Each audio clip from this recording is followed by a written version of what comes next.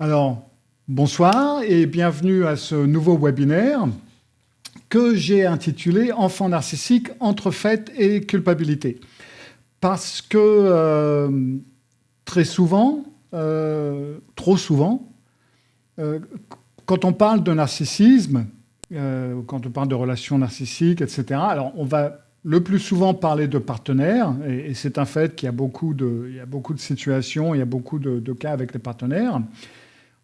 À la limite, on va éventuellement aussi parler de situations avec les parents, quand on a eu des parents narcissiques ou des membres de la famille narcissique. Et les enfants, on n'en parle pas. Cyril Malka, sans divan.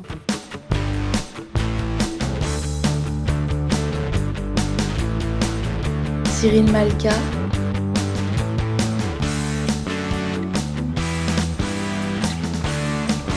Cyril Malka.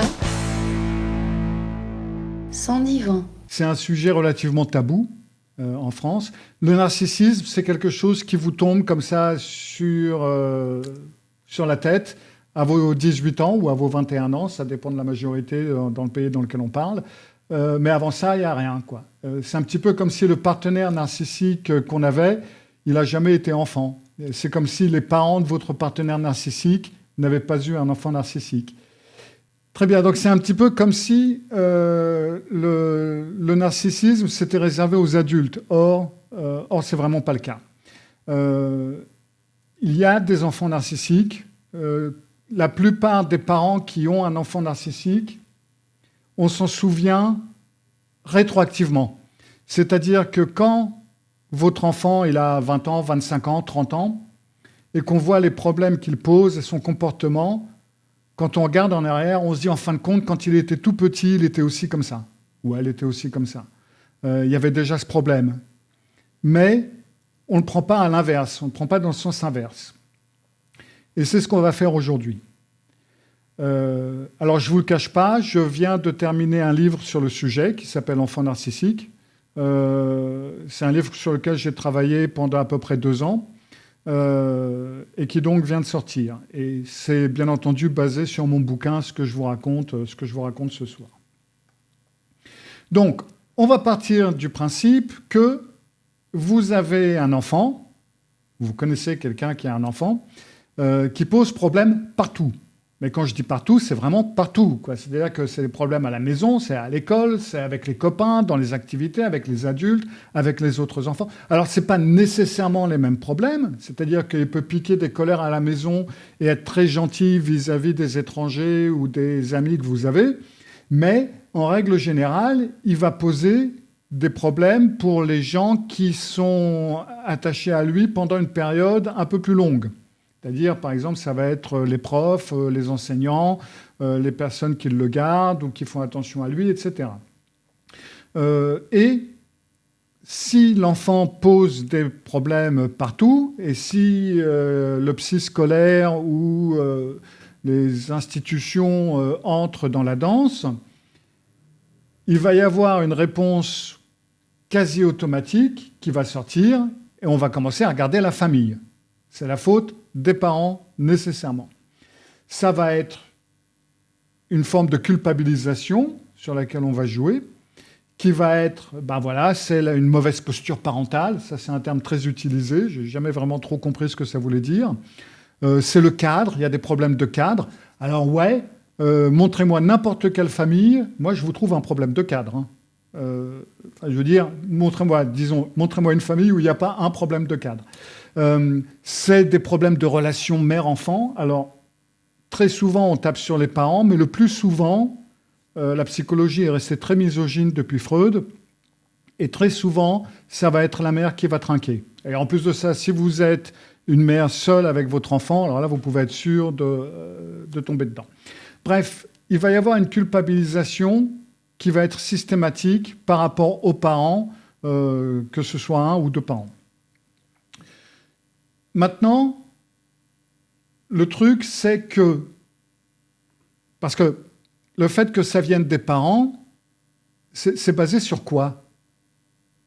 Est-ce que vous vous êtes déjà posé la question, sur quoi est-ce qu'on se base pour dire que c'est nécessairement la faute des parents? Alors oui, il y a eu Freud, qui a parlé de l'éducation des enfants. Il y a eu Jean-Jacques Rousseau aussi auparavant, mais ça, c'est autre chose. Mais oui, il y a eu Freud. Oui, c'est vrai, c'est eux qui ont le contact primaire avec l'enfant, on est bien d'accord. Mais combien de parents ne m'ont pas dit « Mais la vache, moi, je n'ai pas éduqué mon enfant comme ça. Il n'agit pas du tout de la façon dont je l'ai éduqué, c'est pas vrai. » Alors là, vous avez un psy qui va lui dire « Oh, ça, c'est pas sûr. Vous l'avez peut-être trop protégé. Vous n'avez pas fait suffisamment attention à lui. Vous l'avez trop aimé. Vous ne l'avez pas aimé suffisamment. » Enfin bref. Mais tout ça, n'importe quelle femme qui a eu plus d'un enfant pourra le dire, même étant bébé, les enfants étaient différents. Ils avaient un tempérament différent. Les enfants sont différents dès la naissance. Cette idée que les enfants sont nés comme une page blanche sur laquelle on écrit, qui vient d'une cette vieille théorie freudienne, elle n'est basée sur absolument rien. Il n'y a aucune étude scientifique qui peut prouver ou démontrer que les enfants sont nés psychologiquement neutres, en quelque sorte, et qu'ils deviennent ce qu'on fait d'eux. C'est faux. Les recherches de Thomas Etches dans les années 70 ont déjà, bien entendu, prouvé, dès les années 70, c'est du siècle dernier, c'est pas nouveau, ont pu prouver qu'il y a des traits qui sont présents dès la naissance. De par ces traits, on sait que les réactions émotionnelles sont présentes dès la naissance. Il y a des enfants qui ont des réactions émotionnelles qui sont beaucoup plus sensibles que d'autres. C'est un fait. La tolérance à la frustration est également présente dès la naissance. Il y a des enfants qui supportent moins bien la frustration que d'autres. Et ça, c'est dès le début. Ils ne supportent pas d'avoir faim, ils ne supportent pas ceci, ils ne supportent pas cela. La capacité à l'autorégulation est également présente dès la naissance. Et l'impulsivité également. Et encore une fois, n'importe quelle mère de plusieurs enfants, et n'importe quel père de plusieurs enfants, s'il a été attentif et s'il a participé à élever ses enfants, vont pouvoir vous le dire, ouais, c'est vrai. On peut voir que les enfants réagissent différemment très rapidement. Un exemple tout à fait...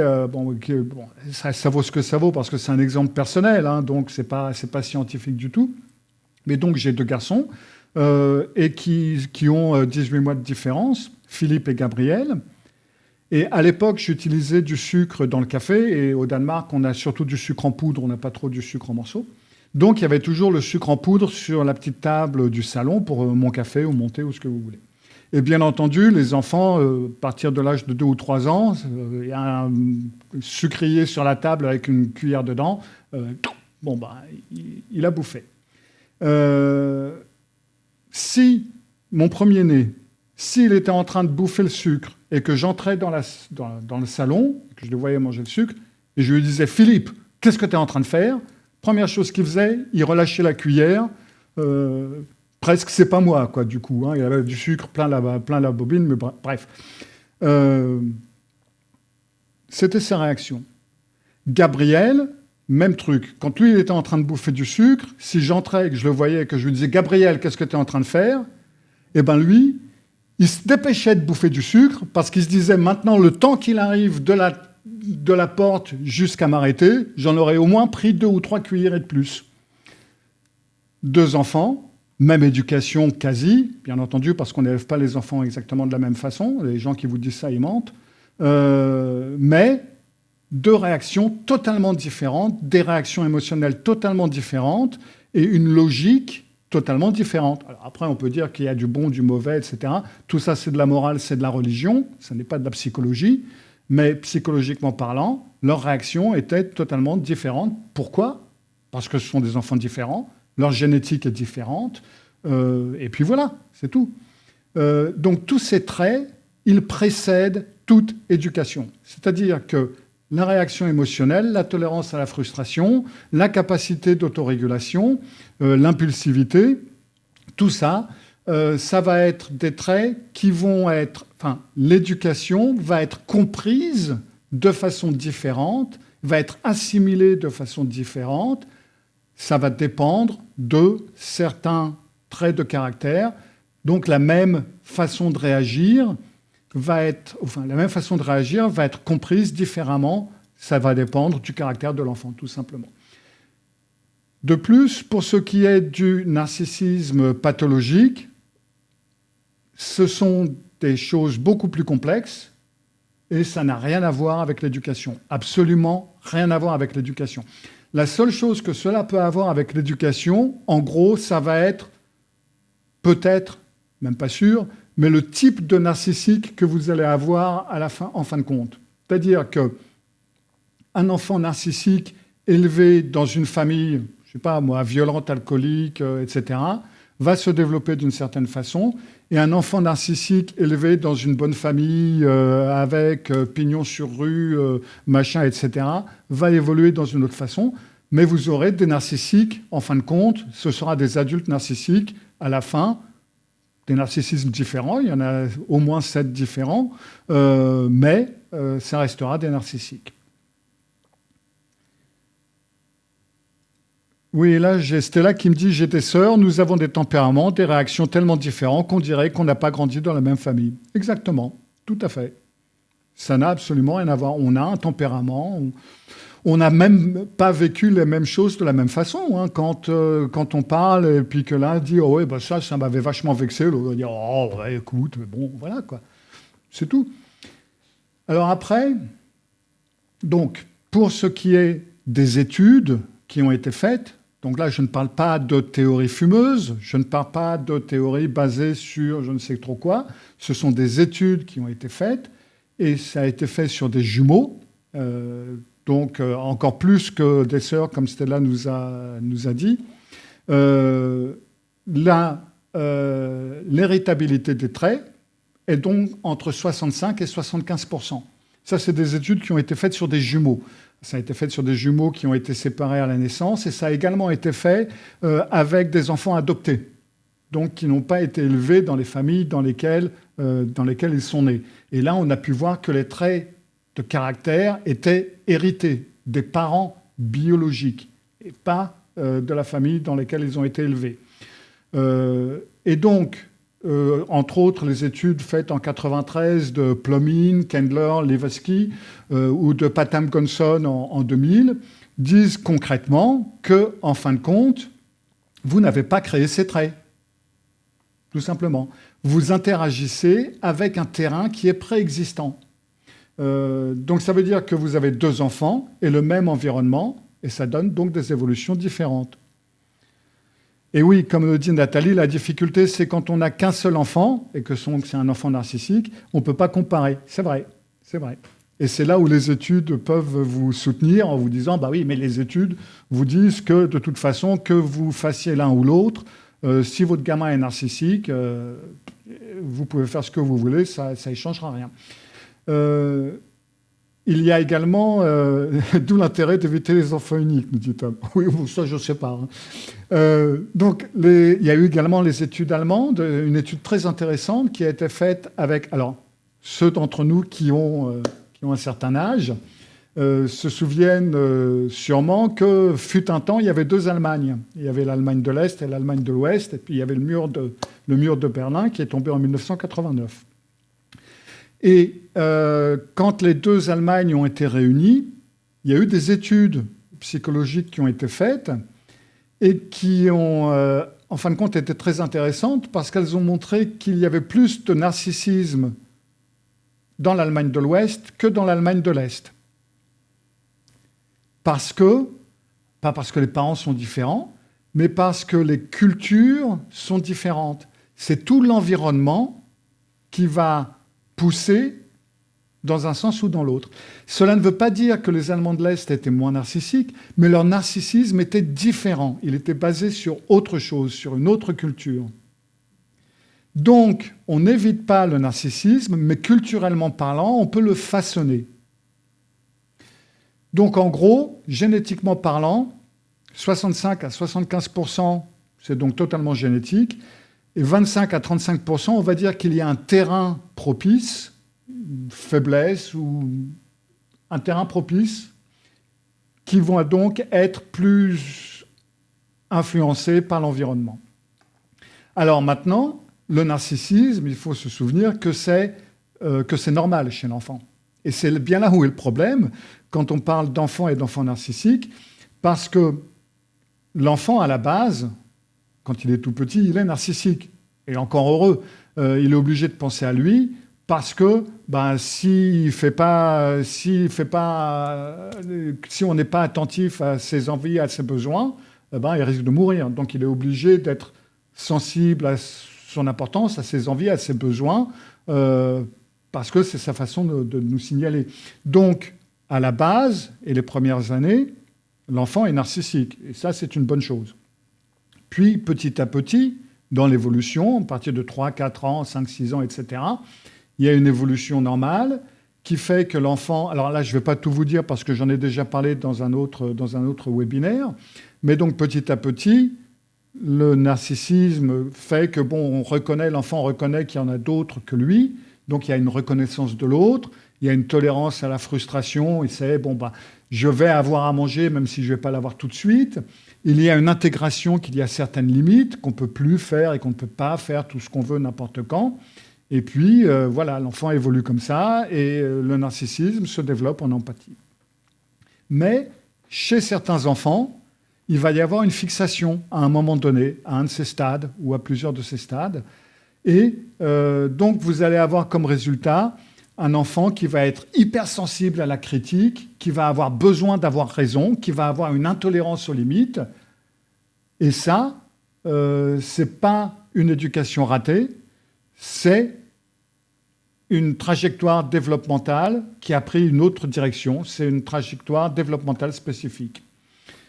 Donc, à la base, on va dire, OK, à un moment donné dans l'évolution psychologique, il y a quelque chose il y a une fixation, ça s'est mal passé ou ça s'est passé d'une façon différente. Alors, pourquoi est-ce qu'on culpabilise les parents ?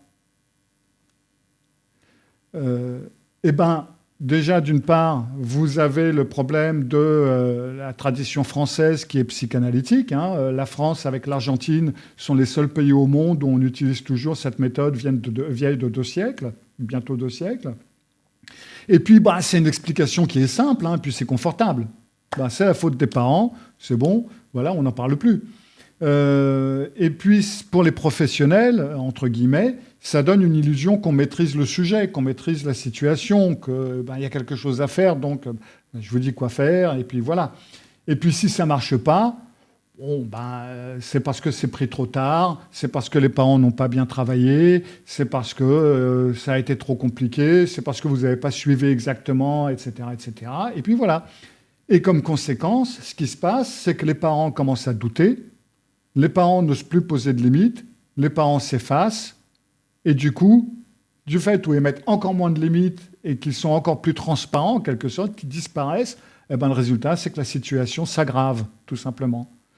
Parce qu'un problème qu'on ne résout pas, il s'aggrave tout simplement. Et ça, c'est quelque chose qu'on peut voir dans tous les domaines de la vie, que ce soit la psychologie, la politique, la société, tout ce que vous voulez. Si vous ne voulez pas voir un problème, si vous ne le voyez pas, vous n'agissez pas en conséquence, et puis le problème va devenir beaucoup plus compliqué. Maintenant, il y a certaines choses que l'on peut faire. Alors, chose que vous pouvez faire, déjà d'une part, c'est identifier le narcissisme, surtout quand c'est un narcissisme pathologique. Numéro 2, arrêtez de vous culpabiliser, déjà parce que ça ne sert à rien. 2, parce que ce n'est pas de votre faute. 3, parce que vous ne pouvez absolument rien y faire.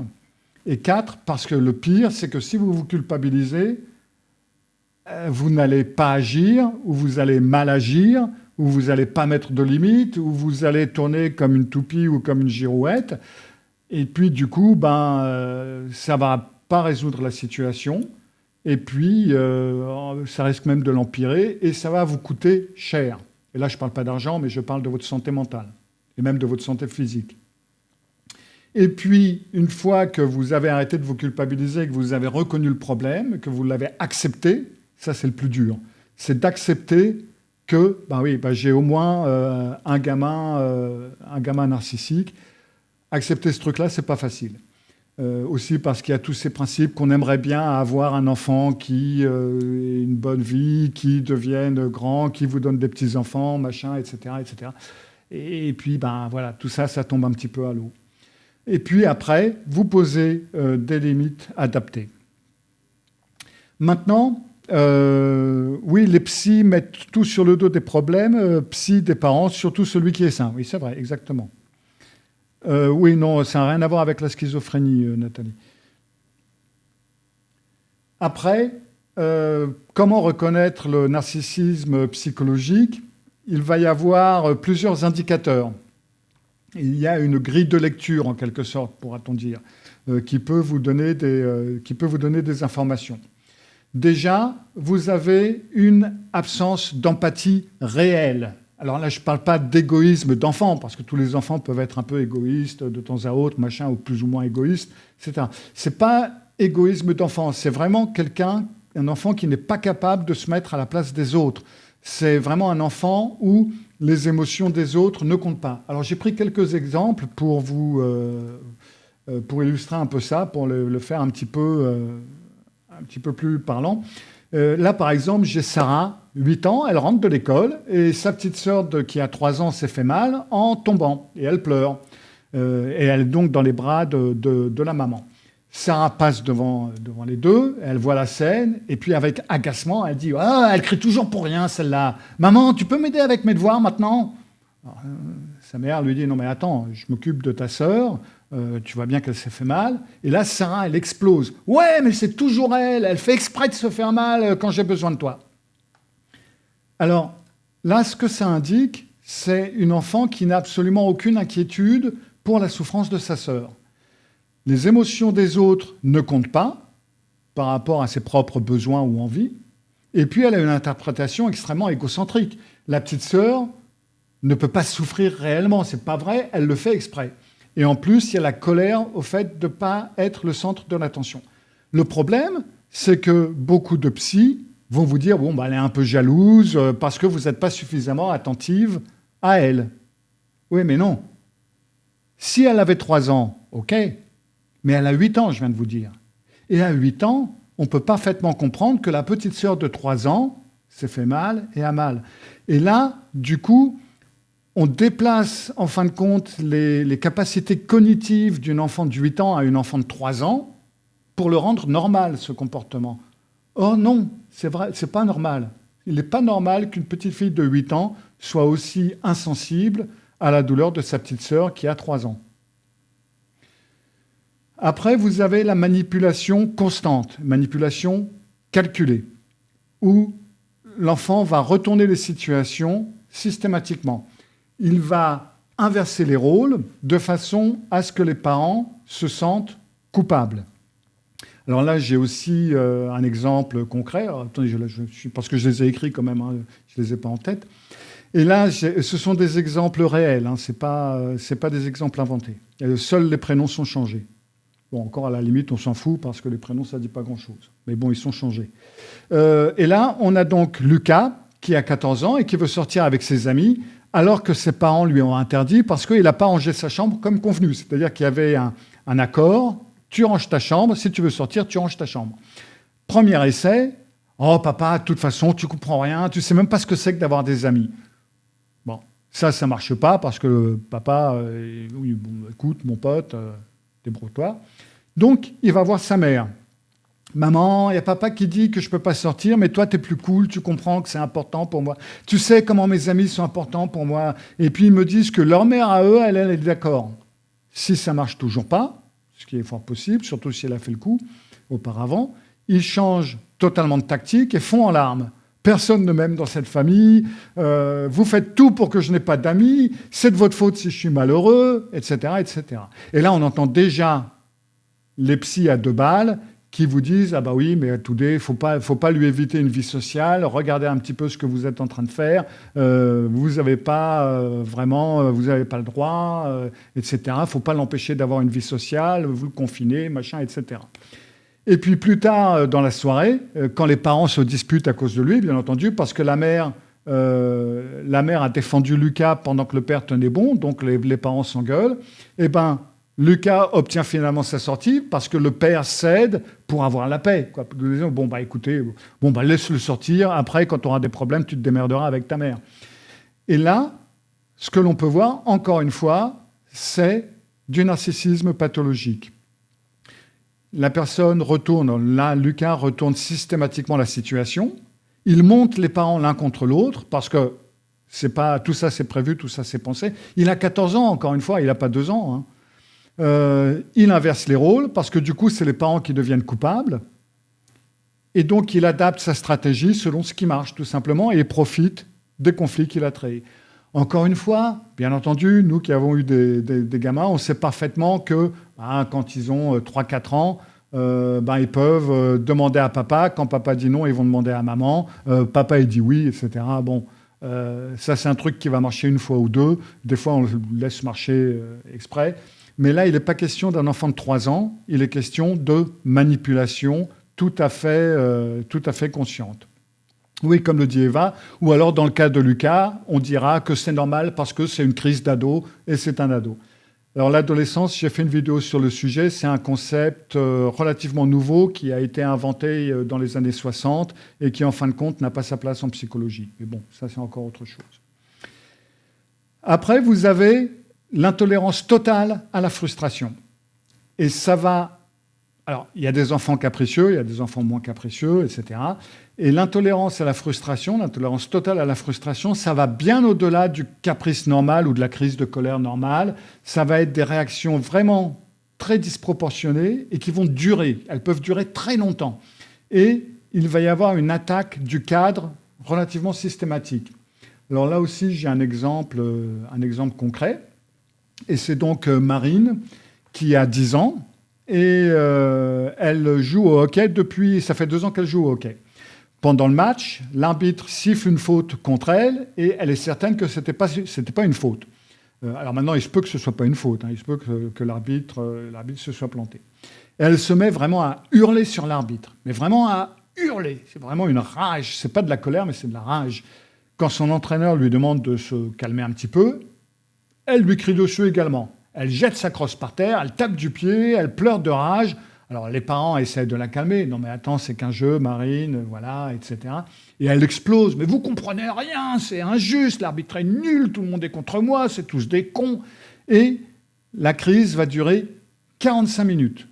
Elle va refuser de retourner sur le terrain, elle casse ses protèges tibia en les jetant, elle frappe le banc avec son poing, et rien, absolument rien, ne peut l'apaiser. 2 semaines plus tard, situation similaire, lors de l'entraînement, une action ne fonctionne pas comme elle le voudrait, même réaction explosive, même durée, même capacité à se calmer. Et là, encore une fois, ce qu'on voit, c'est une réaction disproportionnée à une frustration relativement mineure.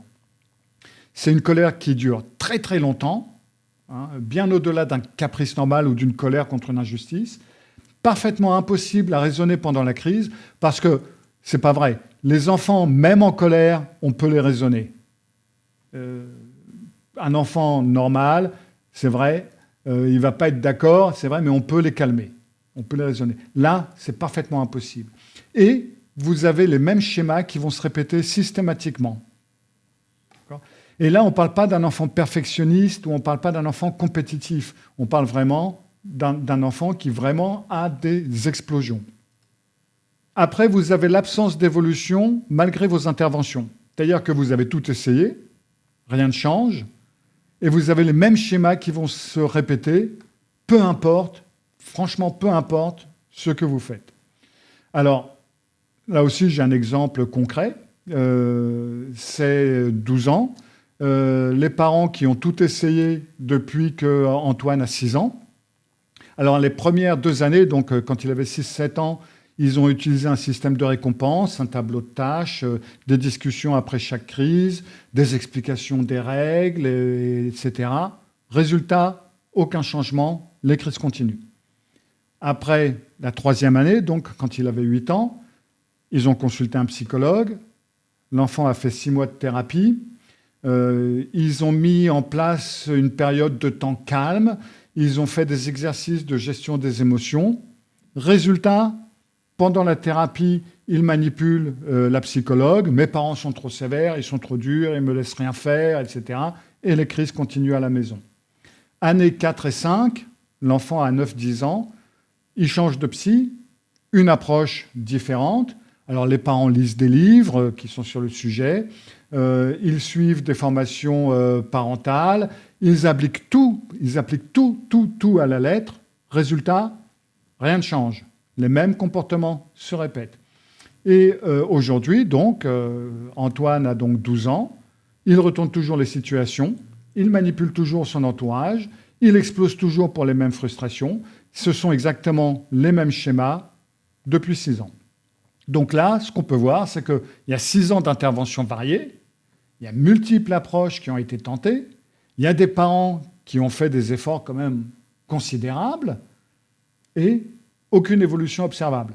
Donc, vous avez les mêmes comportements qui se répètent en boucle, ça n'est pas un problème éducatif qui se résout de toute évidence avec du temps et avec de la patience. Enfin, je veux dire, les faits parlent d'eux-mêmes. Alors, maintenant, il faut que ces 4 indicateurs soient présents de manière régulière et de manière rigide avant qu'on parle de narcissisme pathologique. Ce n'est pas parce que un enfant a ses réactions, même si c'est ces 4 réactions pendant quelques mois, et puis après ça se tasse, bon, voilà, c'est pas un problème. Mais si vous voyez que c'est de manière régulière, c'est rigide, c'est comme ça fait partie de sa façon de fonctionner, vous êtes probablement en face à un fonctionnement narcissique pathologique. Alors ça veut dire que ce n'est pas un enfant qui est difficile par moment, ça veut dire que ce n'est pas un enfant qui traverse une mauvaise phase, ça veut dire que ce n'est pas un problème éducatif à résoudre, c'est un fonctionnement de personnalité qui ne change pas malgré vos interventions. Donc, encore une fois, il est important d'arrêter de vous culpabiliser. Parce que, encore une fois, la culpabilité va aggraver la situation. Quand vous doutez de vous, l'enfant narcissique va en profiter. Déjà qu'un enfant pas narcissique va profiter de vos points faibles en jouant « Oh maman, tu sais, bibi, je vais être gentil ». Alors un enfant narcissique, il va s'en donner à cœur joie. Quand vous n'osez plus poser de limites, la situation va empirer. Donc, moi, ce que je vous propose, c'est que quand vous commencez à culpabiliser, déjà, d'une part, il va être important pour vous d'identifier ces pensées qui sont culpabilisantes et les remplacer par des pensées rationnelles. Alors, ça va être, par exemple, plutôt que vous dire, c'est vrai, j'ai une influence, mais je ne suis pas responsable de tout. C'est vrai, j'ai fait une erreur, mais une erreur n'est pas responsable de tout. Oui, vous avez fait des erreurs en élevant vos enfants. Oui, comme tous les parents. Est-ce que ces erreurs ont créé le narcissisme ? Non. Et ça, c'est prouvé par des études. Est-ce qu'ils ne veulent pas changer ou est-ce qu'ils ne peuvent pas changer ? Les deux, mon capitaine. Alors bon, les enfants, c'est plus difficile. Les enfants ne vont pas vouloir changer parce que pour eux, ça va être injuste. Ils trouvent... Alors déjà, d'un côté, ça va être injuste pour eux. Enfin, dans leur monde, ça devrait être injuste de changer parce que c'est le monde qui doit être à leurs pieds. Et de plus, du fait où ils vont être soutenus par différents psys scolaires ou institutions qui vont les conforter là-dedans, pourquoi est-ce qu'ils voudraient changer ? Mais de toute façon, même en voulant changer, ils ne peuvent pas changer. Ça, il y a également des études qui le prouvent. J'ai fait une petite vidéo là-dessus que vous pouvez trouver sur ma chaîne YouTube. Alors, ce qui va être important, ça va être de mettre des limites à cet enfant narcissique. Poser des limites avec un enfant narcissique, c'est pas la même chose que poser des limites avec un enfant névrosé normal, pourra-t-on dire. Parce qu'avec un enfant normal, on va dire que il fait une connerie ou il y a quelque chose qui se produit, on a une explication avec le gamin. Et puis, avec l'empathie, quand on y met un petit peu d'empathie, l'enfant apprend. Et donc, va changer, va évoluer et va apprendre. Avec un enfant narcissique, le problème va être qu'il se passe quelque chose, vous lui donnez une explication, etc., vous lui expliquez, il n'y a pas d'empathie qui compte, et cette explication va être une munition contre vous. Tôt ou tard, vous allez vous la reprendre dans la tronche. Ouais, mais la dernière fois, tu m'as dit que... Et boum, ça va vous retomber dessus. Donc, avec un enfant narcissique, il va falloir utiliser le principe des limites adaptées. C'est-à-dire qu'il il va falloir utiliser, alors il y a 3 principes, il va falloir utiliser une forme de fermeté sans justification excessive. Alors ça, c'est un truc que j'ai répété, si je ne l'ai pas dit une fois, je ne l'ai pas dit 100 fois. Et certaines d'entre vous, ou certains d'entre vous m'ont sûrement déjà entendu le dire, vous n'avez pas besoin de vous expliquer à chaque fois que vous prenez une décision, à chaque fois que vous dites non, ou à chaque fois que vous mettez une limite. Vous n'avez pas à vous justifier, que ce soit à des enfants ou que ce soit à des adultes. Vous pouvez éventuellement donner une petite explication courte, et c'est tout. Et là, c'est la même chose. Quand vous posez une limite, vous posez une limite, point. Pourquoi je ne peux pas faire ça? Parce que je ne veux pas ou parce que je n'aime pas. Pourquoi tu n'aimes pas? Parce que je n'aime pas. Point à la ligne. Vous n'avez pas besoin de vous justifier pendant des heures parce que vous allez partir. Comme vous pouvez voir, les personnes d'entre vous qui ont eu un conjoint narcissique ou une conjointe narcissique savent pas que vous connaissez ces discussions sans fin où vous êtes dans une discussion où vous sautez d'un sujet à l'autre et à la fin, vous ne savez même plus où vous en êtes. Eh bien, c'est exactement la même chose, sauf que la personne a 10, 11, 12 ou 14 ans et elle n'en a pas 40. Donc, ne vous justifiez pas pendant des heures, point à la ligne. Après, il faut des conséquences claires et adaptées. Bon, ça, c'est un principe qu'il faut pour tous les enfants, de toute façon. C'est-à-dire que si vous punissez votre gamin ou votre gamine parce qu'il a fait quelque chose qu'il ne fallait pas faire, la plupart du temps, il faut l'avoir averti à l'avance. Parce que ça peut être compris comme un petit peu injuste s'il lui tombe quelque chose sur la tronche auquel il n'avait pas pensé du tout. Et parce qu'ils peuvent aussi faire des erreurs. Donc, il faut que la conséquence soit annoncée à la base. Si tu fais ça, il va se passer ça. Point à la ligne. Et si ça se produit, il faut appliquer la conséquence. Donc, pour ces raisons, faites bien attention. 1, ne le menacez pas de quelque chose que vous ne pouvez pas faire. N'allez pas lui dire, écoute, si tu fais ça, moi je te renvoie chez ton père, ou si tu fais ça, moi je t'emmène dans le bois et je te laisse là, et puis je laisserai les animaux te manger. Ça ne servira à rien. Donc, utilisez des conséquences que vous savez que vous pouvez suivre. Et 2, donc, il est très important de l'appliquer. Parce que si vous ne l'appliquez pas, si vous cédez après coup, ça va vous porter dommage. Après, protégez votre énergie. Alors, je sais, on parle d'un enfant. Et ce qui est marrant, d'ailleurs, parenthèse, il y a des études très intéressantes qui ont été faites parce qu'on parle beaucoup de la façon dont les parents influencent les enfants. Mais vous savez que les enfants influencent les parents également. Il y a eu pas mal d'études qui ont prouvé que certains parents qui étaient des personnes douces, agréables, etc., qui avaient des enfants difficiles, voire narcissiques, pouvaient eux-mêmes devenir des personnes faciles à mettre en colère et qui pouvaient réagir violemment. Et ouais, les enfants influencent les parents parce que on n'est pas de bois, on évolue, on a des réactions, etc. Et les choses. Et un enfant, et ce que fait un enfant, ça a une importance pour nous.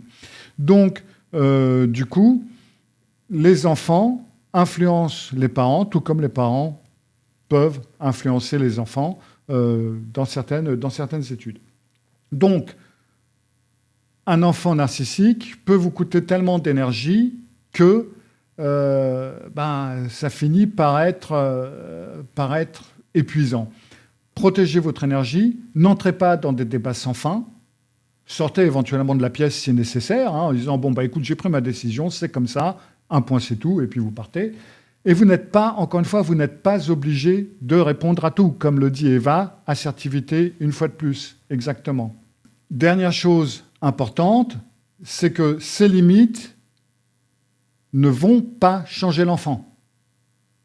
Le narcissique ne change pas, que vous le preniez enfant ou pas. Donc ces limites, elles ne vont pas changer l'enfant. Ce que ces limites vont faire, c'est qu'elles vont protéger votre santé mentale et celle du reste de la famille, surtout s'il y a d'autres enfants. Parce que, d'ailleurs, la vidéo va sortir cette semaine, la semaine qui vient, parce que quand dans une famille, dans une fratrie, où il y a un enfant narcissique, les autres enfants peuvent en souffrir également. Donc c'est pour ça que les limites sont importantes, pour vous protéger vous, pour protéger éventuellement les autres enfants, mais ça ne va pas être quelque chose qui va pouvoir qui va pouvoir changer l'enfant narcissique.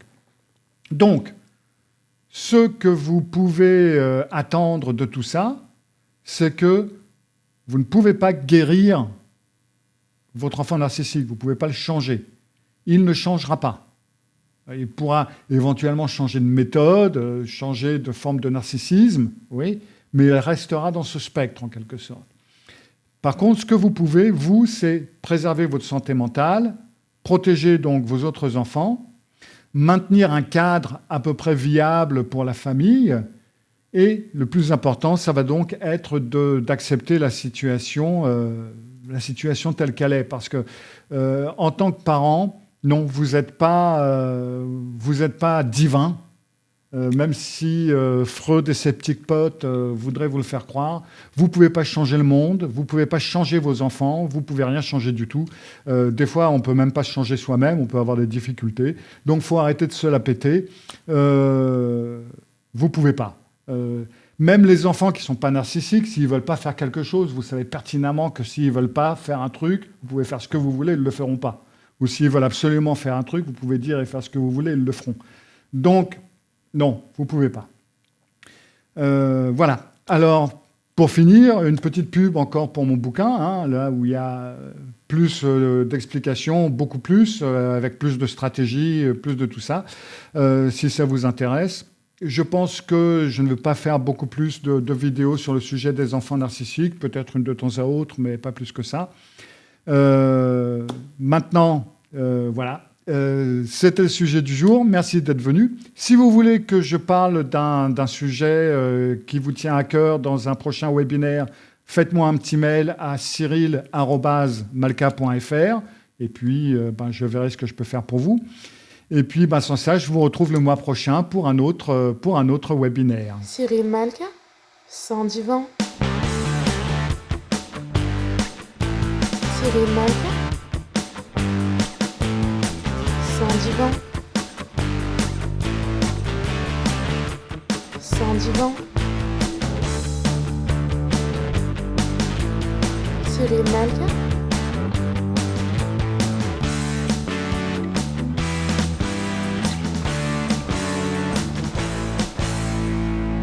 Cyril Malka, sans divan.